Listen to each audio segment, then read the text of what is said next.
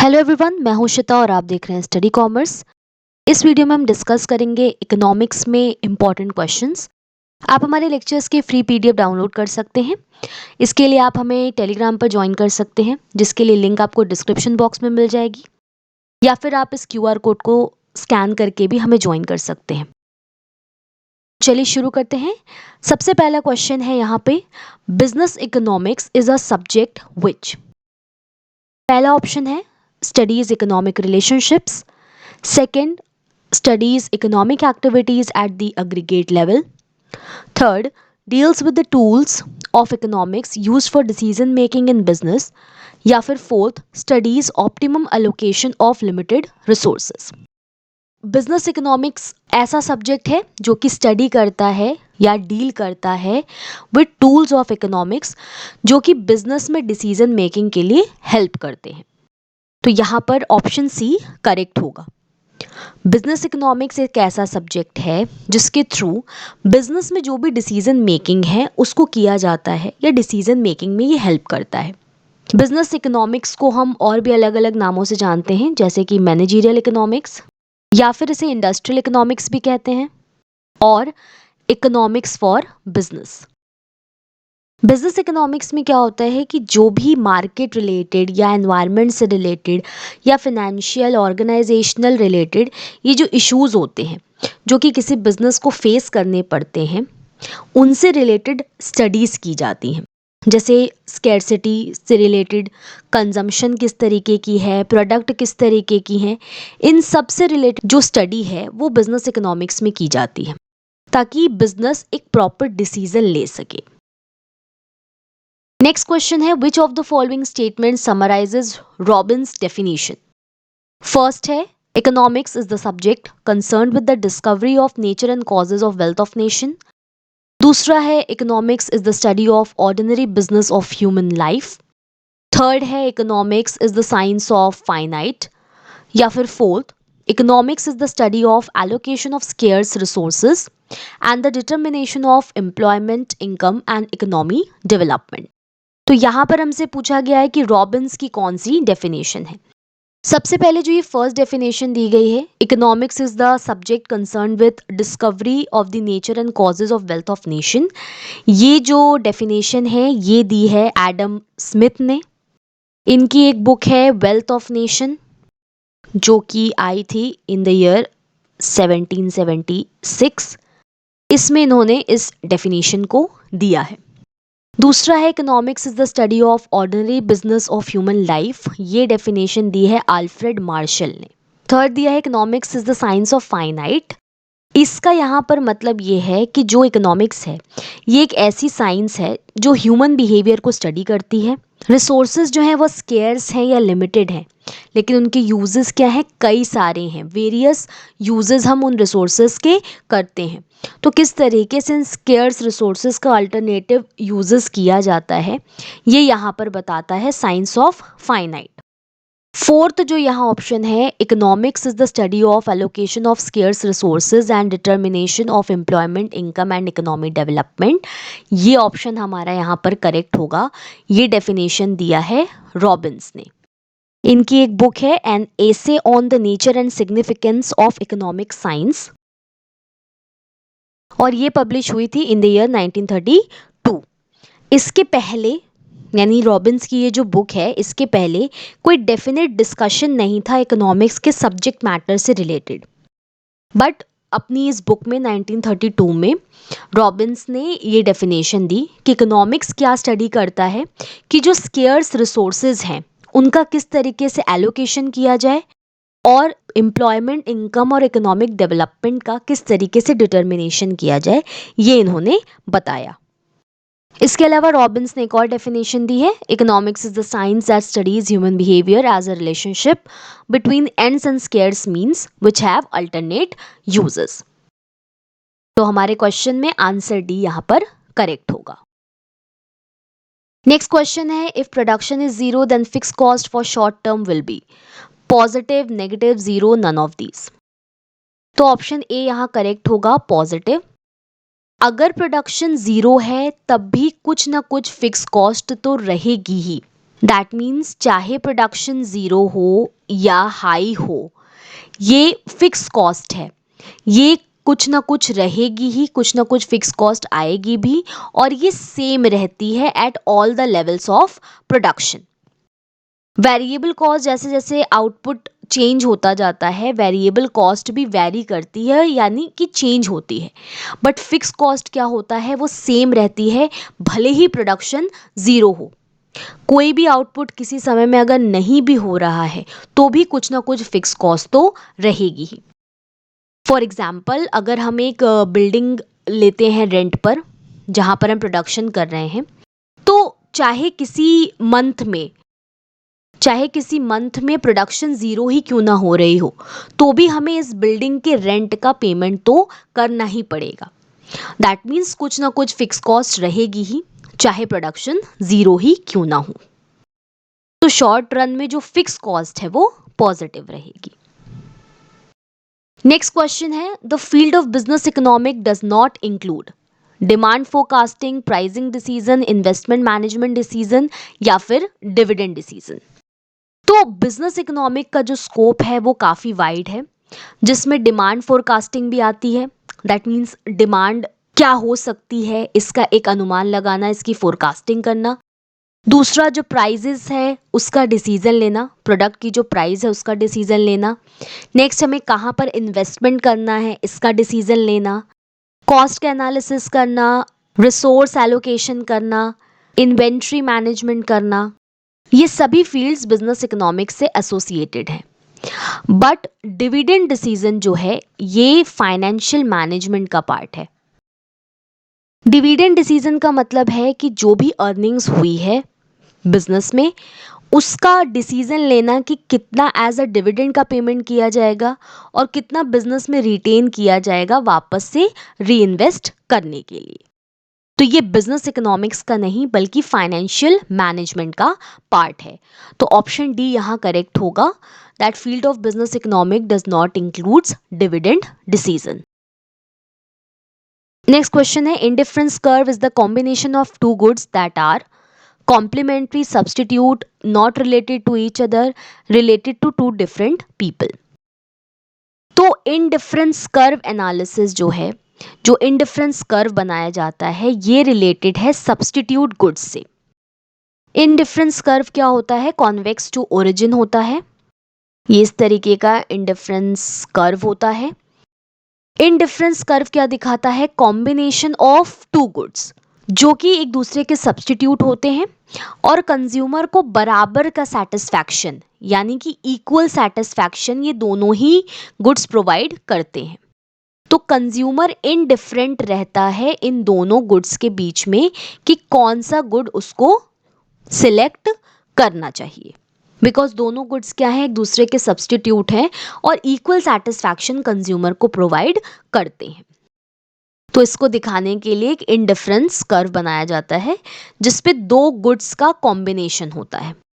जैसे हमने यहाँ पे फिगर में एग्जाम्पल ले लिया गुड 1 और गुड 2 का, और जितना हायर आईसी होगा, जितना इंडिफरेंस कर्व ऊपर जाता जाएगा, जो लेवल ऑफ सेटिस्फैक्शन है वो इंक्रीज होती रहेगी। दैट मीन्स हायर आईसी पर ज़्यादा सेटिस्फैक्शन मिलता है और एक आईसी पे जितने पॉइंट्स होंगे उस पर सेम लेवल ऑफ सेटिस्फैक्शन मिलता है। अब जो सब्स्टिट्यूट गुड्स होते हैं वो कौन से गुड्स होते हैं, तो ऐसे गुड्स जिनको हम एक दूसरे के प्लेस पर यूज़ कर सकते हैं, जैसे कि T and coffee. T and coffee क्या है, एक दूसरे के सब्स्टिट्यूट्स हैं। अगर टी अवेलेबल नहीं है तो हम उसकी जगह कॉफ़ी पी सकते हैं। जो प्राइस एंड डिमांड होती है सब्स्टिट्यूट गुड्स की, इसमें पॉजिटिव रिलेशन होता है। दैट मीन्स अगर किसी एक गुड की प्राइस इंक्रीज होती है तो जो दूसरे की डिमांड होती है वो भी इंक्रीज हो जाती है। दैट मीन्स अगर टी की प्राइस बढ़ जाती है तो लोग क्या करेंगे कि टी की जगह कॉफ़ी पर शिफ्ट हो जाएंगे, इसलिए इस केस में डिमांड जो होगी कॉफ़ी की वो इंक्रीज हो जाएगी। तो सब्स्टिट्यूट गुड्स की जो प्राइस और डिमांड होती है इसमें पॉजिटिव रिलेशनशिप देखने को मिलता है। इंडिफरेंस कर्व पे मैंने डिटेल्ड वीडियो ऑलरेडी बनाया हुआ है जो चैनल पर अवेलेबल है और इनकी लिंक आपको डिस्क्रिप्शन बॉक्स में मिल जाएगी, तो आप उस वीडियो को देख सकते हैं। नेक्स्ट क्वेश्चन देख लेते हैं। नेक्स्ट क्वेश्चन है demand for furniture is a consumer demand, durable demand, producer demand या बोथ ए एंड बी। तो सबसे पहले कंज्यूमर डिमांड का मतलब क्या होता है? किसी ऐसे प्रोडक्ट की डिमांड करना या किसी ऐसी प्रोडक्ट या सर्विस की डिमांड करना जिसमें कंज्यूमर की एबिलिटी टू पे हो प्लस विलिंगनेस टू पे हो। यानी कोई ऐसी प्रोडक्ट या सर्विस की डिमांड करना जिसके लिए कंज्यूमर के पास एबिलिटी हो उसको पे करने के लिए प्लस विलिंगनेस हो, दैट मीन्स वो चाहता हो कि उस प्रोडक्ट को या सर्विस को परचेज करे और ये किसी पर्टिकुलर टाइम पीरियड में किसी पर्टिकुलर प्राइस पर बेस्ड होता है। तो ऐसी डिमांड को हम कंज्यूमर डिमांड कहते हैं। दूसरा क्या है? ड्यूरेबल डिमांड है। ड्यूरेबल डिमांड का मतलब है ऐसे प्रोडक्ट्स जिनकी लाइफ क्या है, लॉन्ग टर्म हो, दैट मीन्स शॉर्ट टर्म में उनकी यूटिलिटी डिप्लीट ना होती हो, यूटिलिटी खत्म ना होती हो। ड्यूरेबल डिमांड क्या है? ऐसे गुड्स जिनकी यूटिलिटी या यूजफुलनेस लॉन्ग टर्म के लिए हो। नेक्स्ट है प्रोड्यूसर्स डिमांड। प्रोड्यूसर्स डिमांड का मतलब है कि जो फैक्टर्स हैं, जो वेरियस फैक्टर्स हैं जिनका यूज करके प्रोड्यूसर प्रोडक्शन करता है, किसी गुड्स या सर्विस को प्रोड्यूस करता है, उसको सेल करने के लिए, उसको हम क्या कहते हैं? प्रोड्यूसर्स डिमांड कहते हैं। यानी वेरियस फैक्टर्स ऑफ प्रोडक्शन, जैसे कि मटेरियल हो गया जिसकी प्रोड्यूसर डिमांड करता है for the purpose of producing a good, तो उसको हम प्रोड्यूसर्स डिमांड कहते हैं। अब हमारा क्वेश्चन था डिमांड फॉर फर्नीचर क्या है, तो यहाँ पर ऑप्शन डी करेक्ट होगा, बोथ ए एंड बी। क्योंकि डिमांड फॉर फर्नीचर क्या है? कंज्यूमर डिमांड भी है, क्योंकि कंज्यूमर एक फर्नीचर एक प्रोडक्ट है जिसको खरीदना चाहता है, जिसके लिए एक पर्टिकुलर प्राइस को वो पे करेगा इन अ पर्टिकुलर टाइम। प्लस ये ड्यूरेबल डिमांड भी है क्योंकि जो फर्नीचर है इसको हम लॉन्ग टर्म में यूज़ कर सकते हैं, जो इसकी लाइफ स्पैन है या यूटिलिटी है वो लॉन्ग टर्म की है। तो यहाँ ऑप्शन डी करेक्ट होगा, that demand for furniture is both consumers demand and durable demand. Next question है the example of joint demand is. Options हैं ink and pen, newspaper and magazine, bus and train या फिर all the above. तो option A यहाँ correct होगा, ink and pen. ये क्या है? जॉइंट डिमांड का एग्जाम्पल है। जॉइंट डिमांड को हम कॉम्प्लीमेंट्री डिमांड भी कह सकते हैं। जॉइंट डिमांड का मतलब है कि ऐसे प्रोडक्ट्स की, ऐसे गुड्स, दो गुड्स की डिमांड करना जो साथ में वर्क करते हों, यानी कंज्यूमर को जो बेनिफिट मिलता है वो इन दोनों गुड्स को साथ में यूज़ करके मिलता है। ऐसे गुड्स की डिमांड को हम जॉइंट डिमांड कहेंगे। फॉर एग्जाम्पल ब्रेड या बटर की डिमांड करना या फिर इंक और पेन की डिमांड करना। विदाउट इंक हम पेन का यूज़ नहीं कर सकते, उसका कोई यूटिलाइजेशन नहीं है। दैट मीन्स इन दोनों को साथ में ही यूज़ किया जा सकता है। कॉम्प्लीमेंट्री गुड्स की जो प्राइस और डिमांड की अगर हम बात करें तो इसमें क्या होता है? इन्वर्स रिलेशनशिप होता है या नेगेटिव रिलेशनशिप होता है। अगर एक की प्राइस बढ़ती है तो ऑटोमेटिकली दूसरे की डिमांड भी क्या होगी? वो घट जाएगी। जैसे अगर इंक की प्राइस बढ़ जाती है तो लोग कम पेन की डिमांड करेंगे। तो यहाँ जो रिलेशनशिप होता है इन गुड्स में वो क्या होता है? इन्वर्स होता है। नेक्स्ट क्वेश्चन देख लेते हैं। क्वेश्चन नंबर 8 है shopping goods have which of the following features. पहला है these products are durable in nature. दूसरा है consumers generally compare the goods of various sellers then buy such goods. Third है per unit price of these goods is generally high. Next है these goods are regularly and continuously in demand. और fourth है these goods are sold as a result of aggressive promotional efforts. Shopping goods क्या हैं? तो shopping goods वो goods हैं जिनको खरीदने से पहले कंज्यूमर एक प्रॉपर प्लानिंग करता है और डिसीजन लेने से पहले काफ़ी चीज़ों को ध्यान में रखता है, यानी बहुत केयरफुली सोच समझकर वो इन प्रोडक्ट्स को खरीदता है। जैसे कंपैरिजन करता है पहले, उसके बाद ही इन प्रोडक्ट्स को वो खरीदता है।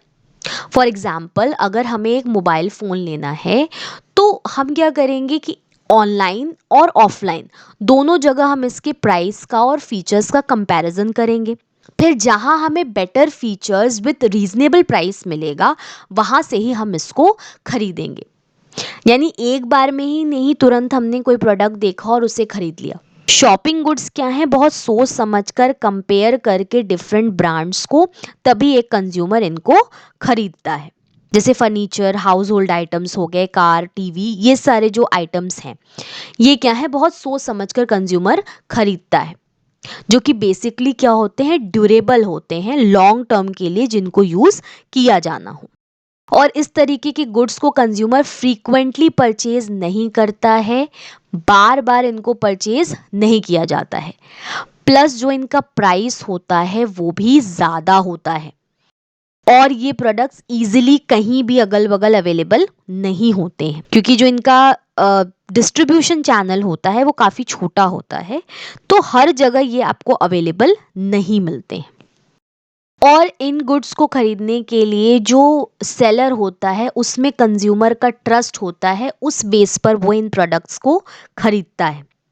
जो शॉपिंग गुड्स होते हैं उनको बहुत सोच समझ करके, on the basis of the trust to the retailer या जहाँ से प्रोडक्ट खरीदा जा रहा है उस जगह पर या उस पर्सन पे जो ट्रस्ट होता है, उसके बेस पर इन शॉपिंग गुड्स को खरीदा जाता है।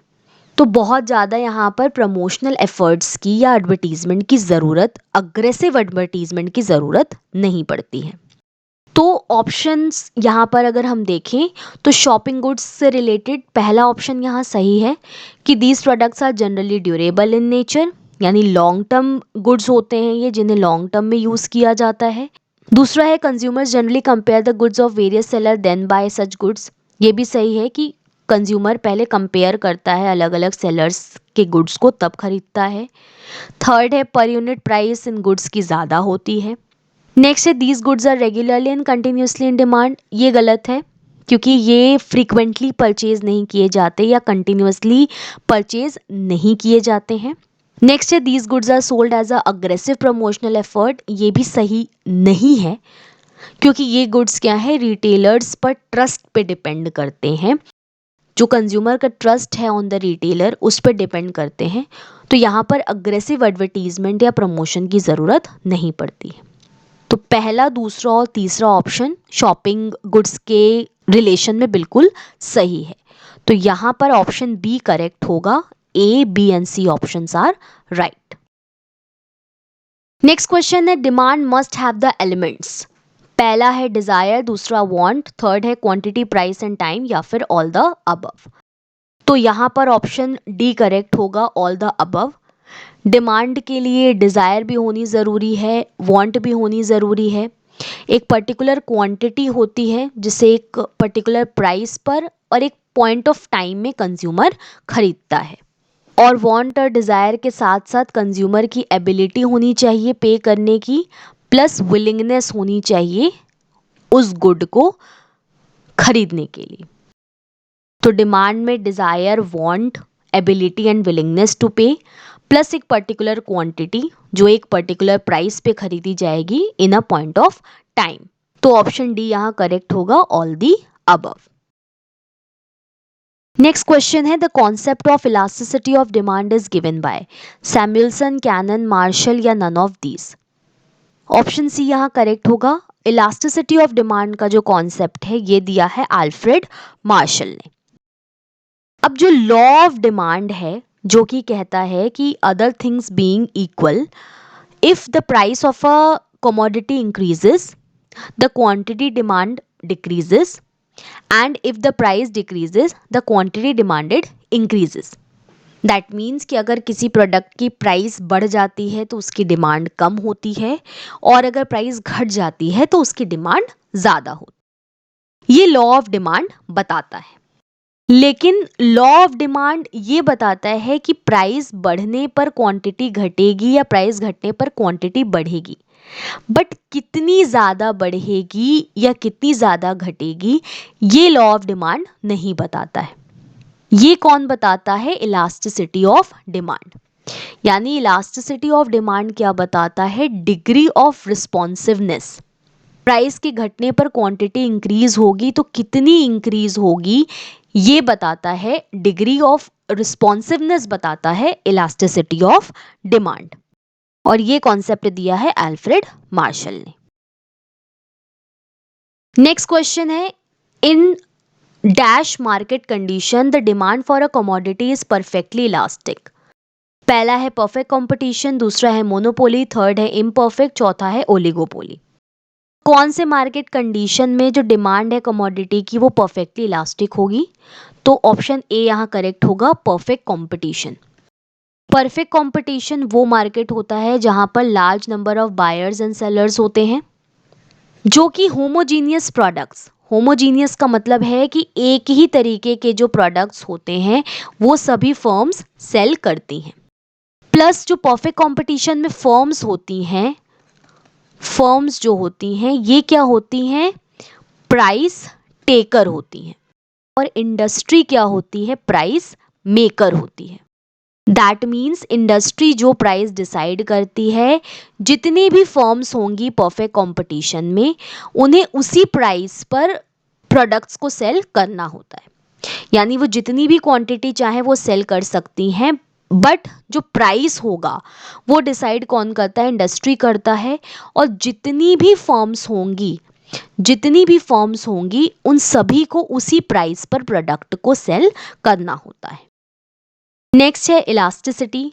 तो इलास्टिसिटी ऑफ डिमांड क्या बताता है? Degree of responsiveness. That means price के चेंज से डिमांड में कितना चेंज आ रहा है, ये कौन बताता है? Elasticity of demand. यहाँ पर बात हो रही है परफेक्टली इलास्टिक की। ये क्या है? वन ऑफ द डिग्री है इलास्टिसिटी ऑफ डिमांड की। यानी इलास्टिसिटी ऑफ डिमांड इसमें क्या होती है? इनफाइनाइट होती है। इसका मतलब ये होता है कि प्राइस में या तो कोई चेंज नहीं है, नो चेंज इन प्राइस, या फिर वेरी स्मॉल चेंज, बहुत थोड़ा सा या बिल्कुल भी प्राइस में चेंज नहीं किया जाता है, बट जो क्वांटिटी डिमांडेड है वो बहुत तेज़ी से बढ़ती है या घटती है। तो ऐसी सिचुएशन को हम कहते हैं perfectly elastic demand. That means कि प्राइस में या तो बिल्कुल भी चेंज ना हो या थोड़ा बहुत भी चेंज होता है, उसकी वजह से जो क्वांटिटी डिमांडेड है वो बहुत तेजी से या तो बढ़ती है या तो घटती है। तो ऐसी सिचुएशन को हम परफेक्टली इलास्टिक कहते हैं। इसमें जो डिमांड कर्व होता है वो हॉरिजॉन्टल लाइन होता है पैरेलल टू एक्स एक्सिस। और इस तरीके की सिचुएशन हमें परफेक्ट कंपटीशन मार्केट में देखने को मिलती है, क्योंकि इस मार्केट में क्या होगा कि जो प्राइस है वो फिक्स्ड रहती है, वेरियस क्वांटिटीज को इस पर सेल किया जा सकता है by the firms. Next question है, the normal demand line for a good is a vertical line, a lying line, climbing upward, या there is a line falling down. Demand curve क्या होता है? नेगेटिव स्लोपिंग होता है, या फिर हम इसको बोलते हैं कि demand curve slopes downward from left to right. तो ऑप्शन डी यहाँ पर करेक्ट होगा, there is a line falling down. तो यहाँ पे जैसे कि आप डायग्राम में देख सकते हैं, डिमांड कर्व क्या होता है? डाउनवर्ड स्लोपिंग होता है फ्रॉम लेफ्ट टू राइट। ऐसा क्यों होता है? Due to law of demand, जो कि कहता है कि अदर थिंग्स रिमेनिंग इक्वल, अगर किसी कमोडिटी की प्राइस बढ़ती है तो उसकी क्वांटिटी डिमांडेड घट जाती है, और अगर प्राइस घटती है तो क्वांटिटी डिमांडेड बढ़ जाती है। जैसा कि आप देख सकते हो कि अगर प्राइस P है तो क्वांटिटी Q है, और जैसे ही प्राइस को घटाकर P1 किया गया तो जो क्वांटिटी है वो इंक्रीज होके Q1 हो गई। तो इस वजह से जो डिमांड कर्व क्या है वो डाउनवर्ड स्लोपिंग रहता है। नेक्स्ट क्वेश्चन देख लेते हैं। नेक्स्ट क्वेश्चन है, the major factors affecting demand are. First है यूटिलिटी ऑफ द कमोडिटी, दूसरा है इनकम लेवल, थर्ड है प्राइस ऑफ द कमोडिटी, या फिर ऑल दी अबव। तो यहाँ पर ऑप्शन डी करेक्ट होगा, ऑल दी अबव। जो फैक्टर्स डिमांड को इफेक्ट करते हैं वो है utility of the commodity. That means कि वांट सेटिस्फाइंग पावर क्या है उस कमोडिटी की, यानी कमोडिटी की क्या यूटिलिटी है। दैट मीन्स कि कंज्यूमर की वो वांट को पूरा कर पा रही है कि नहीं, सेटिस्फाई कर पा रही है कि नहीं। दूसरा है इनकम लेवल, कंज्यूमर की क्या इनकम है, इस पर भी उसकी डिमांड इफेक्ट करेगी। इनकम ज़्यादा होगी तो किसी प्रोडक्ट की वो ज़्यादा डिमांड कर सकता है, अगर इनकम कम होगी तो किसी प्रोडक्ट की वो कम डिमांड करेगा। नेक्स्ट है प्राइस ऑफ द कमोडिटी। तो प्राइस के केस में अभी हमने देखा अगर प्राइस बढ़ जाती है तो जो डिमांड है वो घट जाती है, और अगर प्राइस घट जाती है तो डिमांड बढ़ जाती है। तो प्राइस भी जो डिमांड है कमोडिटी की उसको इफेक्ट करता है। तो यहां पर ऑप्शन डी करेक्ट होगा, all the above. Next question देख लेते हैं। नेक्स्ट क्वेश्चन है derived demand means. First option है more demand due to inflation, दूसरा है aggregate demand of goods, third है more demand due to higher income, और फोर्थ है demand for a factor of production. तो यहां पर जो है ऑप्शन डी ये करेक्ट होगा। डिराइव्ड डिमांड का मतलब होता है demand for a factor of production. तो डिराइव डिमांड का मतलब होता है किसी गुड्स या सर्विस की डिमांड करना due to demand of a related good. किसी रिलेटेड गुड्स की डिमांड की वजह से अगर किसी और गुड या सर्विस की डिमांड की जा रही है तो उसको हम डिराइव्ड डिमांड कहते हैं। डिराइव्ड डिमांड का मतलब क्या है, किसी गुड्स की या किसी फैक्टर ऑफ प्रोडक्शन की डिमांड करना due to the related good, या फिर जो इंटरमीडिएट गुड्स या सर्विस हैं जिसको प्रोड्यूस करने के लिए किसी फैक्टर ऑफ प्रोडक्शन की या किसी गुड की डिमांड की जा रही है, तो ऐसी डिमांड को हम डिराइव्ड डिमांड कहते हैं। जैसे कि अगर मोबाइल फ़ोन्स की डिमांड बढ़ जाती है तो मोबाइल फ़ोन्स की डिमांड की वजह से जो मोबाइल्स में लगने वाली बैटरी है इसकी भी डिमांड क्या होगी, इंक्रीज करेगी। इसमें रॉ मटेरियल की डिमांड हो सकती है, या किसी प्रोसेस्ड मटेरियल की डिमांड हो सकती है, या फिर लेबर की डिमांड हो सकती है।